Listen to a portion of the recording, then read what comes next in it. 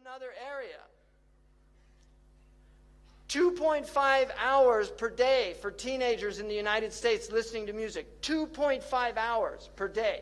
And as somebody who grew up in America, coming from a musical family, I have so many lyrics that I wish I could sue the people that took that space of my brain, because I would much rather have other things in there. So I have lyrics from, I'm not going to age myself, but I have lyrics from, and empty lyrics, So, I mean, some of them were interesting, but not very many. One of them was advertising signs convince you to think you're the one that can win what's never been won, that can do what's never been done. Meantime, life goes on outside all around you. So that's a useful little piece of lyric, right? 1 in 3 popular songs now contain explicit references. Khutuwat, you see, songs used to be like, if you go back to the 1960s, the 1940s and 30s, listen to the songs. Don't, but I can tell you, they were innocent lyrics, mostly innocent lyrics. Some of them had subtle things, but people couldn't work them out unless they were sophisticated. But most of them were just simple lyrics, right? Even in the 1950s, you ain't nothing but a hound dog, right? Crying all the time.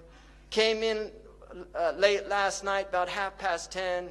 That gal of mine wouldn't let me in. Move it on over. Move over, little dog, because the big dog's moving in. He's in the doghouse, right? These are the type lyrics they had. Or teach your children well. Their parents' hell did slowly go by. Don't ever ask them why. If they told you, you would cry. Just look at them and sigh and know they love you. That's about parents.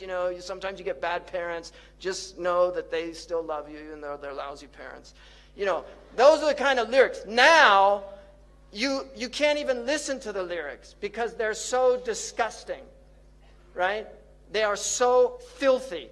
And Fakhruddin al-Razi, in his commentary, says about the verse in the Quran where shaitan is threatened that you will try to seduce them with your voice. He says by giving them foul lyrics that their children will memorize and repeat. That's in Mafatih al-Ghaib.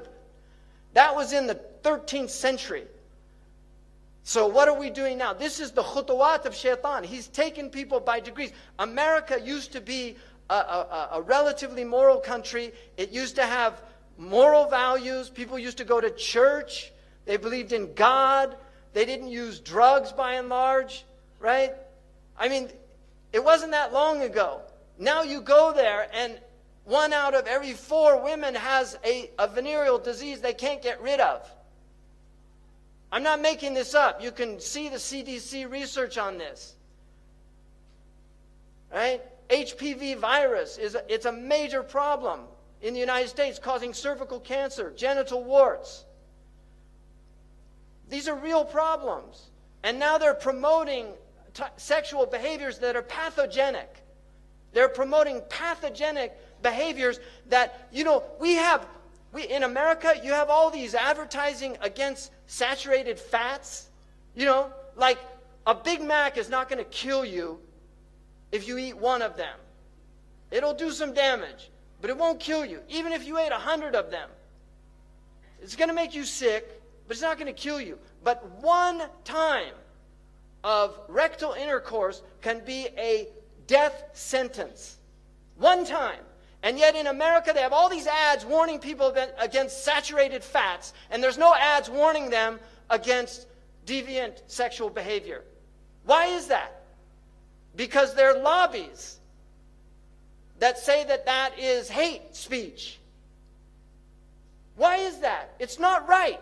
You should warn young people that you can get a venereal disease that you'll never get rid of. And as somebody who worked as an RN, I worked 2 years with a gastroenterologist. I saw firsthand the effects of rectal intercourse. And this is why it's prohibited for males on males or males on females. It's haram in our religion. It's not about homosexuality. It's simply about this sickness. Because if you do that, you will get very serious sicknesses. You will get, your sphincter loses its control. One of the things, a miracle of the Prophet, is he said that the people of Lut, they couldn't control their wind in their majalis. It's in the hadith that they used to pass wind because they lose, the sphincter is no longer doing its function because they've ruined the function by doing something that was never meant to be done. But they don't teach people this. They say, oh, it's normal, embrace yourself.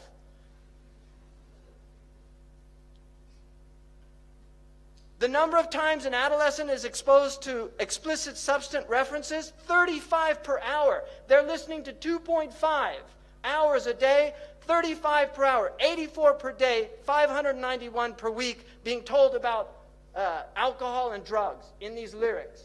These are the khutawat of shaitan. A long way from Puff the Magic Dragon, which they said was a 1950s song that was really about smoking marijuana. You know, Puff the Magic Dragon, live by the sea, right? 30,700 a year.